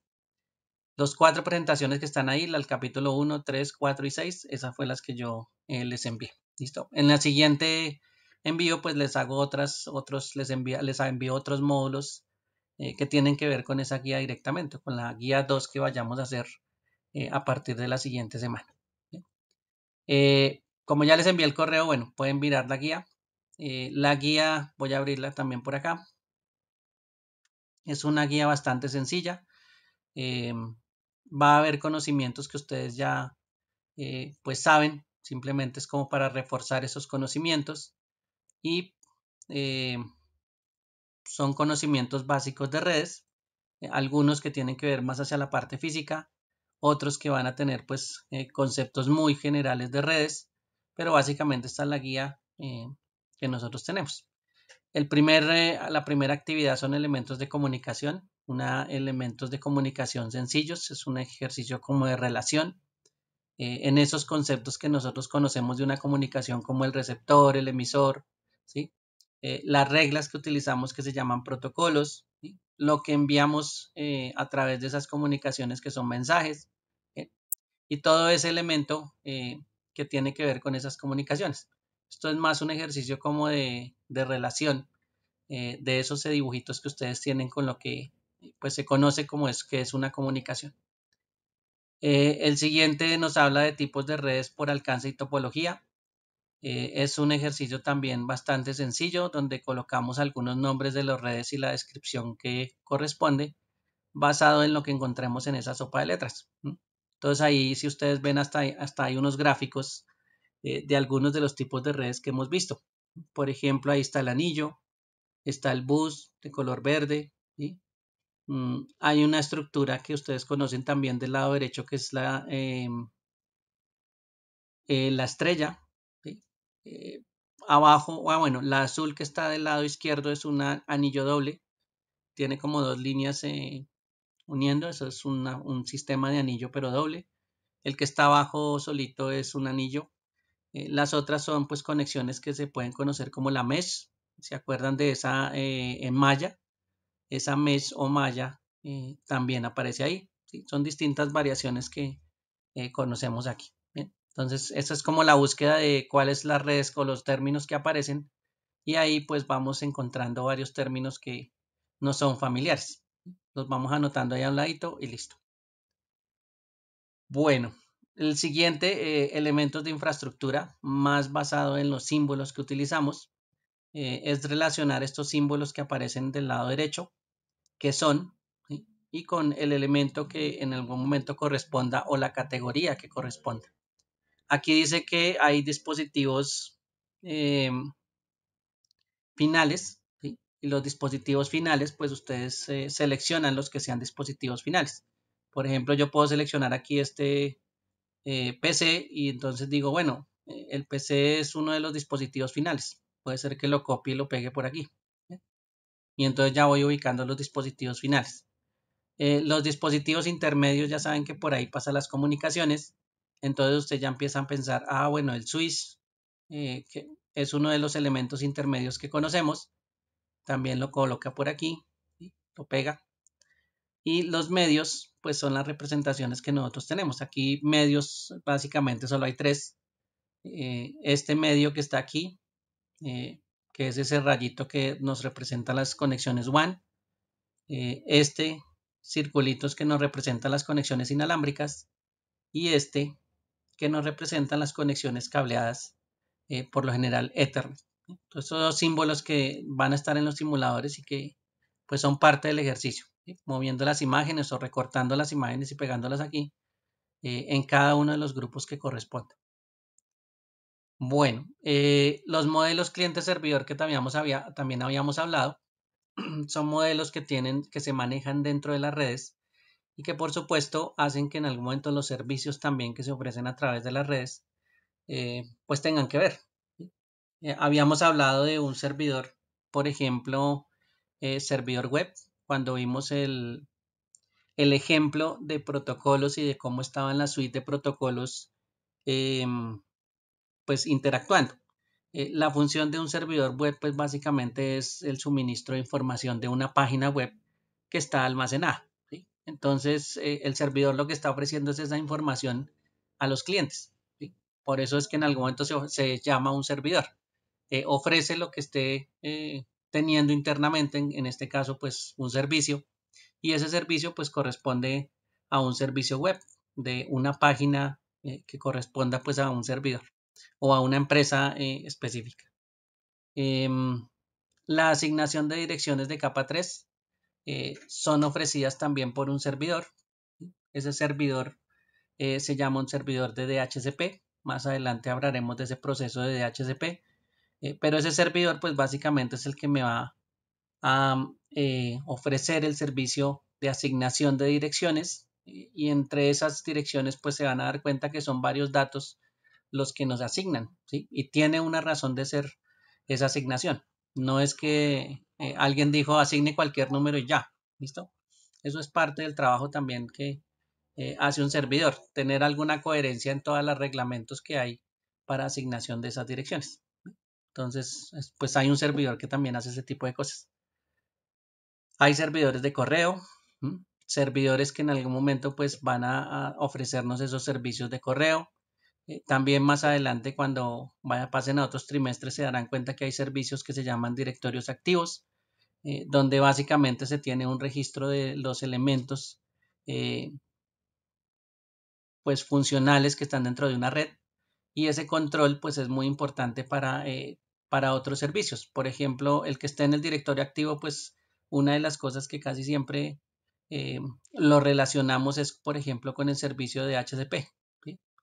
Entonces, esas personas que están dentro de nuestro directorio activo, pues lo normal es que también le asignemos una dirección de HCP, ¿sí? Y ahí se empiezan a relacionar varios servicios que se pueden colocar en servidores. Bueno, esto también tiene más cositas de control y más cositas que más adelante en otros trimestres pues ustedes tendrán en cuenta. Un servidor de base de datos, un servidor que tiene un lenguaje pues específico para almacenar información, en este caso en estructuras que se llaman bases de datos, ¿sí? Y ese es uno de los servidores que puede estar instalado en una red. Un servidor que ofrezca ese almacenamiento en esa estructura bajo un lenguaje pues que sea capaz de manejar esas estructuras de almacenamiento de información. Entonces en este caso pues este servidor que se llama SQL pues es específicamente de un lenguaje de base de datos, ¿sí? Entonces donde se puede manejar pues bases de datos básicamente y esas estructuras que tienen especiales las bases de datos de información. Este servidor Radius, que es un servidor de autenticación, tal vez ustedes lo conocieron cuando mencionaron la parte inalámbrica. Efectivamente, ese servidor Radius sirve para la parte de autenticación inalámbrica. Entonces, no necesito hacer autenticación directamente en el dispositivo inalámbrico, sino que puedo hacer la autenticación de un usuario, ¿sí? O la validación de un usuario con su contraseña en un servidor, ¿sí? Y el servidor pues que hace ese tipo de trabajo se llama un servidor Radius. Entonces hay una forma de conectar los equipos para que los equipos pues directamente no validen el usuario y la contraseña, sino lo hagan servidores, hagan ese tipo de trabajo, ¿sí? De autenticación. Los servidores que están abajo de archivos, servidores básicamente de almacenamiento, no necesariamente estructuras de base de datos, pero sí pueden ser archivos, ¿sí? Y el acceso a servidores y el acceso a espacio de almacenamiento pues es muy común en una empresa. Y por supuesto, si se maneja mucha información, pues nada raro que haya un servidor exclusivo para almacenar información en tipos de archivos, ¿sí? Para hacer los backups, para que la gente guarde su información de la empresa, ¿sí? Y ese servidor pues se vuelve exclusivo para ese tipo de trabajo. Si hay plática, pues todos estos servidores se pueden hacer por separado. Si no hay plática, pues toca empezar a combinar algunos de ellos, ¿sí? Entonces no es que necesariamente tengamos que tener servidores por separado, porque hay escenarios que de pronto combinamos varios de estos servicios. En un solo equipo, pues porque no tenemos más dinero para colocar pues un servidor por cada uno de los servicios que tenemos, ¿sí? Pero pues eso ya depende de otros factores. Aquí hay una actividad sobre dispositivos de red y medios. Los medios están a un ladito y los dispositivos están en otro. Entonces es también algo de relación, donde usted relacione pues ese medio que usted ya conoce, ese medio físico y la conexión de algunos de esos dispositivos que están mencionados ahí. Entonces usted puede empezar a mirar ese tipo de conexiones que se presentan con los medios que están aquí representados, ¿sí? Para que usted tenga pues una asociación entre dispositivos y medios que utiliza. No se le vaya a olvidar que eso es más de parte física, pero bueno. Este de estándares de organismos de estandarización, ustedes ya conocen varios de estos, algunos que también les he mencionado en las primeras clases, por ejemplo estos que están aquí, los de Internet Society, la ISOC, que también tiene un trabajo especial para la parte de estandarización, otros que ustedes ya conocen como por ejemplo la IEEE. Básicamente este ejercicio pues es como para reconocer esos organismos de estandarización, que es lo que hace. ¿Listo? Entonces, para que lo tengan en cuenta. Estándares, pues hay muchos, ¿sí? Los estándares, si ustedes ven ahí, hay una muestra de una cantidad de estándares que son especiales. De pronto ustedes ya reconocen alguno, como por ejemplo el 802.3, que es Ethernet, ¿sí? No significa que Ethernet no tenga variaciones. Y esas letricas que aparecen ahí, la I, la U, la AE, son variaciones de los mismos protocolos, de las mismas tecnologías de Ethernet, ¿sí? Con alguna característica especial. Entonces los estándares, fuera de que son generales como el 802.3, también puede tener un poquito de especialización y esa especialización pues la definen con una letra diferente, ¿sí? De pronto ese I pues significa otra cosa, la U significa otra, tienen que ver de pronto con el medio en que están utilizándolos y pues esas son las diferencias que pueden tener en esa en ese estándar general que es el 802.3 Ethernet. ¿Listo?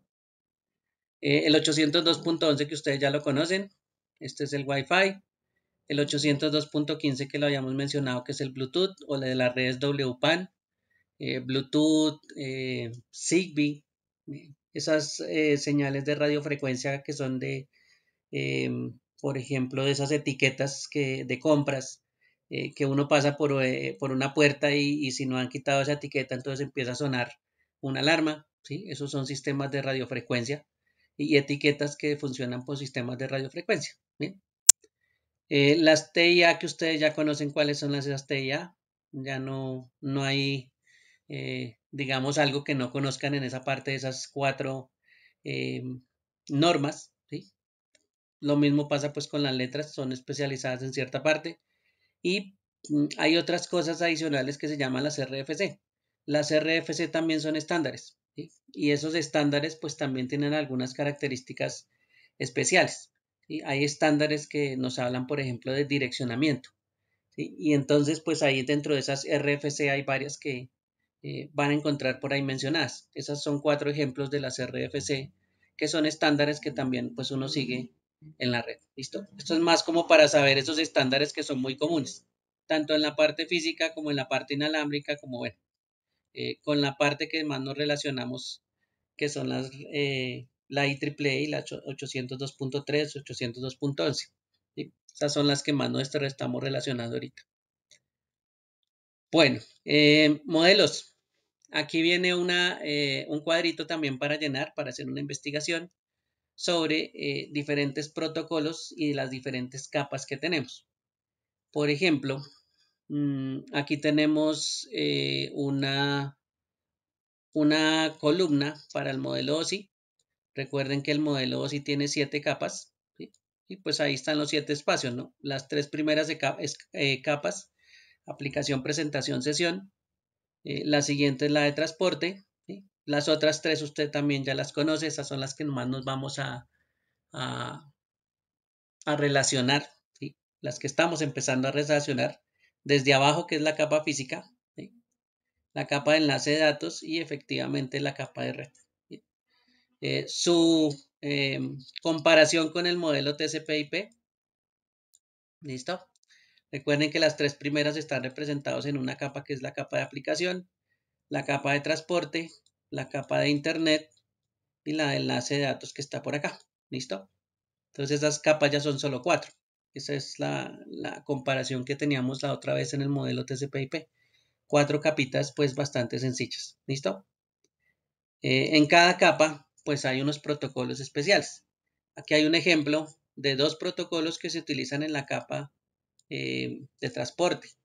En alguna clase pues se los había mencionado. Sin embargo, pues ahí está la descripción. El TCP es un protocolo de la capa de transporte que se llama protocolo de control de transmisión, ¿sí? Y está orientado a la conexión. Esa es una descripción pues muy breve de lo que hace. No es una super investigación, esos son solo 2 lineecitas que me dicen qué es lo que hace el protocolo. Dice que permite verificar la integridad de los datos transmitidos, ¿sí? Mientras que el otro, que se llama el UDP o el protocolo de datagramas de usuario, este no está orientado a la conexión, son diferencias. Y el flujo de datos que se maneja pues con este protocolo, básicamente lo que no permite es que se pueda hacer una verificación de la integridad de los datos y hacer, por ejemplo, que el origen pueda volver a retransmitir la información. Entonces, este protocolo pues no es tan chévere para ciertas cosas que necesitan una fiabilidad en la información, ¿sí? Porque pues aquí se pueden perder algunos elementos de esa comunicación y pues el protocolo básicamente los hace como caso omiso a esa pérdida y sigue funcionando y pues asume esos errores que se puedan presentar. Entonces, este protocolo pues muchas veces se utiliza para algunos tráficos que no son tan digamos, tan críticos, ¿sí?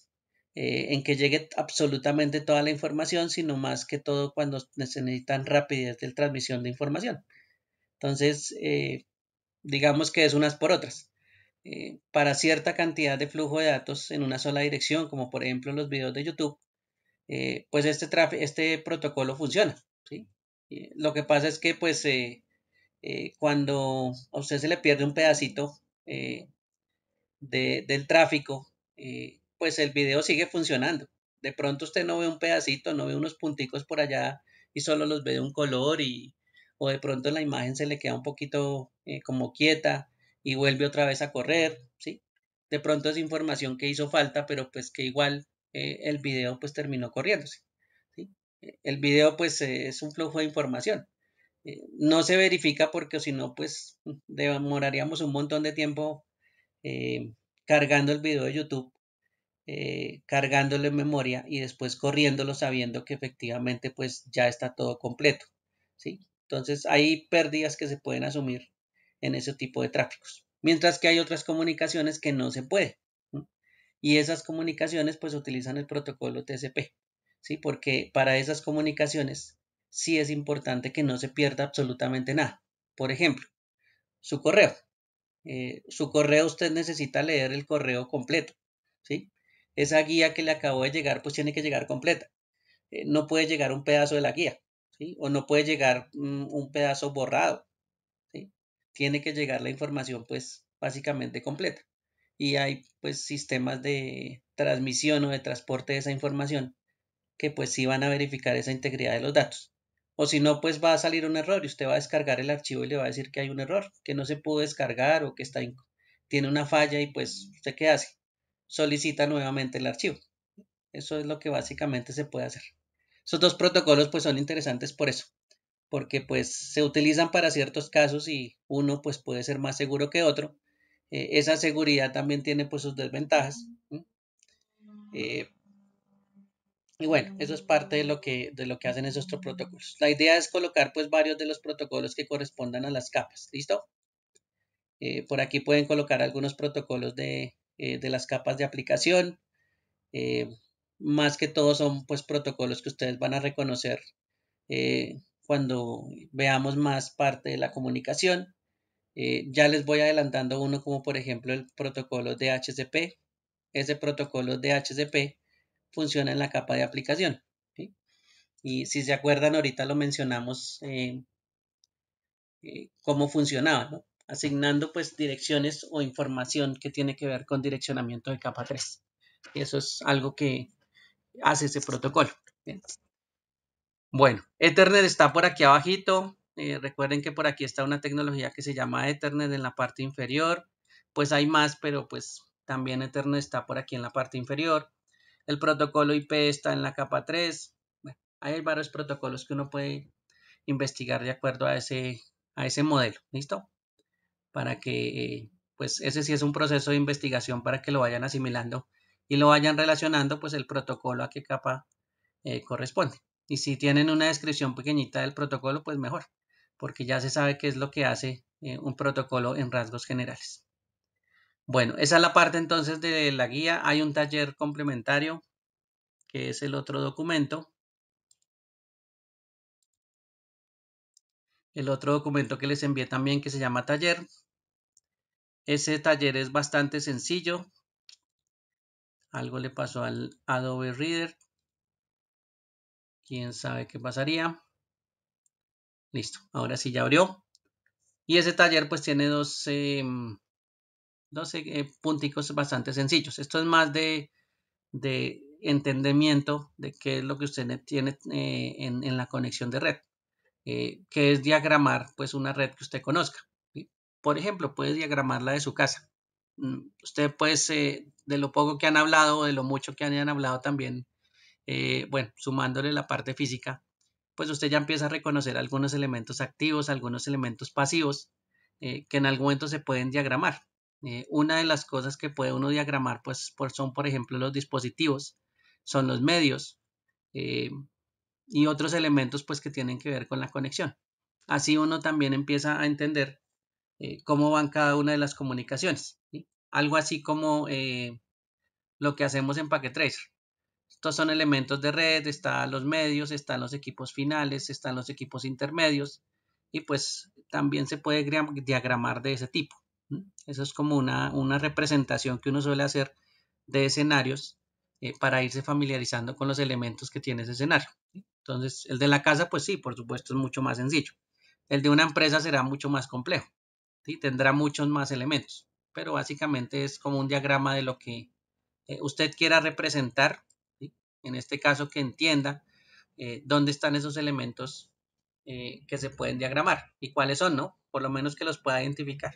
Si quiere el del hogar, pues es un escenario muy sencillo de entender, ¿no?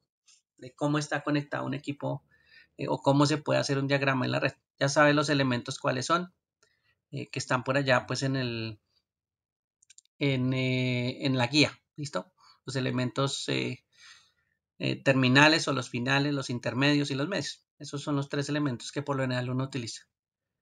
Para eso hay muchos elementos. Aquí hay un ejemplo de pronto de un programa que se llama Lucidchart. Es un programa en línea. Con eso se puede diagramar. Bastante sencillo. ¿Sí? Generar como una idea de cómo podría ser una conexión. ¿Listo? Por ejemplo, miremos por aquí un espacio en blanco. Voy a ponerme a dibujar. Y un escenario podría ser, por ejemplo, vamos a colocar por aquí un lápiz. El equipo de cómputo, que sería el equipo terminal, el que usted tiene en su casa. Supongamos que, bueno, aquí no estoy haciendo un super dibujo, pero es a mano alzada, entonces toca. No sé, usted tendrá un portátil de pronto conectado o un PC. Por aquí, digamos que esto es un PC, un cajoncito con una pantalla. Bien, pongámosle aquí que tenemos un teclado y tenemos por aquí un mouse. Listo. Ahí está mi PC. ¿Listo? De arriba es un PC. Claro, no lo van a hacer a mano alzada, ¿no? Eso hay figuritas que representan eso. No las estoy utilizando, pero porque, bueno, quiero dibujar. Listo. Entonces, medio de conexión, ¿sí? Al PC, por supuesto, a través de un equipo intermedio. En este caso, un equipo intermedio, pues en su casa perfectamente puede ser un router, ¿sí? Y usted tiene un router en su casa inalámbrico, entonces ahí le pone sus antenitas y ya empieza a diagramar pues su escenario. ¿Listo? Conexión inalámbrica de pronto del portátil. Bueno, hay una conexión inalámbrica de pronto que se puede representar. ¿Sí? Conexiones cableadas. No es que me haya quedado muy bonito, pero bueno, ese es el cable. Y por supuesto, lo que en algún momento usted conoce, que es la salida hacia el proveedor de servicio. El proveedor de servicio, pues lo conocemos como el proveedor de servicios de Internet, ¿sí? O el ISP. Ese ISP, por supuesto, es el que nos provee el servicio, el que hay una conexión externa. Aquí vamos a pensar que esta es como la división entre la LAN de mi casa, ¿sí? Y la WAN donde está el proveedor de servicio. ¿Sí? Claro, no de pronto no conocemos qué hay exactamente en el proveedor de servicio. Muchas veces lo que hacemos es utilizar la nube. Por aquí hacemos un dibujito de una nube y esa nube representa pues toda la infraestructura que de pronto nosotros no conocemos o no tenemos acceso, pero existe, ¿sí? Allá habrá infinidad de routers, switches y muchísimos elementos, distintos tipos de medios, conexiones, pero pues como no es de nuestro conocimiento cuánta cantidad de equipos tiene un proveedor de servicio, de qué tipo son, de cuáles son los modelos, cómo están conectados, como eso no es de nuestro conocimiento, pues uno por lo general tiende a dibujar una nube, ¿sí? Y pues sí, eso nos representa, digamos, la conexión hacia la web. Y así a grandes rasgos en este dibujito, pues mire que estamos ya hablando de cómo sería una conexión, ¿sí? De cómo sería la conexión, pues bastante básica desde nuestra casa. ¿Listo? Este router, les decía que es supremamente importante por eso, porque lo conocemos también como un equipo de borde, ¿sí? El borde o que está en el borde de la conexión LAN, ¿sí? Y la WAN. Entonces, por eso a ese equipo también lo conocemos un equipo de borde, ¿sí? Diferente pues a un equipo como, por ejemplo, un Access Point, ¿sí? Un equipo de Access Point es más sencillo, más como parecido el dibujito a un switch, casi siempre lo pintan así como un cajoncito, ¿sí? Como el switch. Bueno, aquí le hacen unas conexiones como las que vimos anteriormente, que es el gráfico de las conexiones inalámbricas. ¿Sí? Y le ponen por acá de pronto AP, y ese AP pues no es un equipo de borde, es un equipo interno, ¿sí? Donde, por ejemplo, yo puedo colocar un cable de mi router, unir el AP y ahí al AP pues conectar, por ejemplo, de forma inalámbrica otro dispositivo. ¿Sí? Muy diferente pues un access point a un equipo de borde como un router inalámbrico. ¿Listo? Entonces ahí es donde hay dos diferencias también en esos equipos. Claro, el router hace las veces también de AP, porque mire que tenemos conectado un portátil, ¿sí? Claro, un router es un equipo de borde, adicionalmente es un equipo de AP, entonces pues tiene varias funciones. Por eso el router pues hace muchas más cosas que otros equipos pues un poquito más sencillos. ¿Listo? Bueno, así a grandes rasgos pues uno puede empezar a interpretar sus conexiones de red, ¿sí? Empezando a mirar dónde está cada elemento ubicado. ¿Listo? Entonces uno de los puntos pues de ese taller es que ustedes pues interpreten de pronto su conexión, ¿sí? La que tienen allá en sus casas o de pronto en la oficina, si la logran interpretar, básicamente qué elementos es lo que tienen. ¿Listos?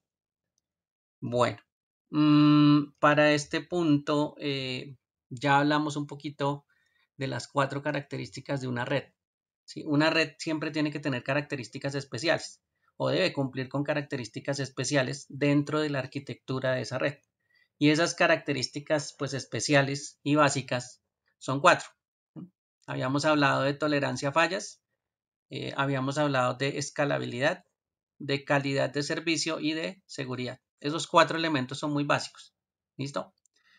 Sin embargo, aquí hay una tablita que simplemente usted va a colocar una X donde considere que la característica pues corresponde a alguno de esos 4 elementos. Por ejemplo, aquí nos dice las redes deben estar siempre disponibles. Eso es algo que es característica de la tolerancia a fallos.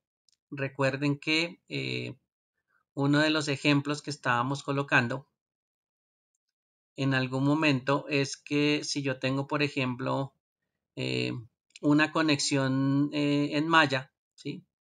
Entre varios routers, bueno, voy a solo pensar, ponernos a dibujar, bueno, vamos a dibujar aquí todo el conjunto completo. Varios routers conectados entre ellos, pues si yo tengo una sola conexión entre dos equipos, por ejemplo, dependemos de esa conexión. Mientras que si yo tengo conexiones adicionales, ¿sí? Hacia otros equipos o otras salidas hacia otros equipos, pues donde se llegue a dañar esta conexión tengo otros caminos por el cual pues llegar a mi destino, ¿sí? Entonces esa tolerancia a fallos pues va a hacer que la red en algún momento siempre esté disponible, ¿sí? Si estamos pensando que la comunicación es desde aquí arriba, desde este equipo 1 hasta este equipo de destino que estoy colocando con el 2. Entonces hay otras disponibilidades de conexiones y eso me permite pues que la red sea disponible. Entonces esa es una característica de tolerancia a fallos. Bueno, eso es como ir identificando las características que están aquí numeradas y ponerle una X pues donde corresponda. ¿Listos? Bueno, básicamente ese es el taller, 2 punticos del taller únicamente, solo que lo hacemos a veces por separado, pero bueno. Entonces guía y taller, ya se las envía a sus correos, está en correo en este momento, más los 4 archivos con las presentaciones de 4 capítulos que pues a rasgos generales hemos hablado. Unos serán pues ya más de su conocimiento, por ahí está el capítulo de red física, no me acuerdo cuál es, si es el 4 creo, capa de enlace de datos que ya hablamos esta semana.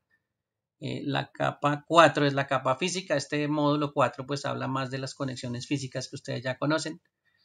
Bueno, y los 2 primeros pues son más de qué es una red, de para qué sirve. Bueno, ese 3 habla de los protocolos. ¿Se acuerdan que hay un punto de protocolos? Bueno, y de modelos. Bueno, ahí está en hay información en ese capítulo del módulo 3 para que se acuerden, ¿sí? De estándares, de modelos. Ahí también menciona varias cositas que son importantes. ¿Listos? Entonces, esa información ya se las envié, verifiquen la que estén en sus correos. La idea es solucionar esta guía de aquí al otro miércoles para que la podamos, si Dios quiere, y ya me hayan habilitado el acceso a sus cursos, pues yo ya les haya creado los enlaces para subirlo. ¿Listos? Para que lo tengan en cuenta. Entonces, ese sería como el trabajo de aquí hasta el otro miércoles, junto con unas clases pues que vamos a hacer ya metiéndonos a la capa 3 para que vayamos entendiendo ya nuestra relación de capa 2 hacia capa 3, ¿sí? Y por qué pues vamos en esa dirección. ¿Bien? Bueno, hasta ahí no sé si haya alguna pregunta, alguna duda, alguna inquietud al respecto o de algún tema que hayamos visto durante estos días, algo de pronto que todavía no entienda o alguna pregunta así como especial sobre ese tipo de temas. No, señor. Bueno, listo. ¿Seguro? ¿Ninguno? Bueno, ok. Entonces vamos a llegar hasta aquí. Voy a tener aquí la grabación para que no se nos alargue.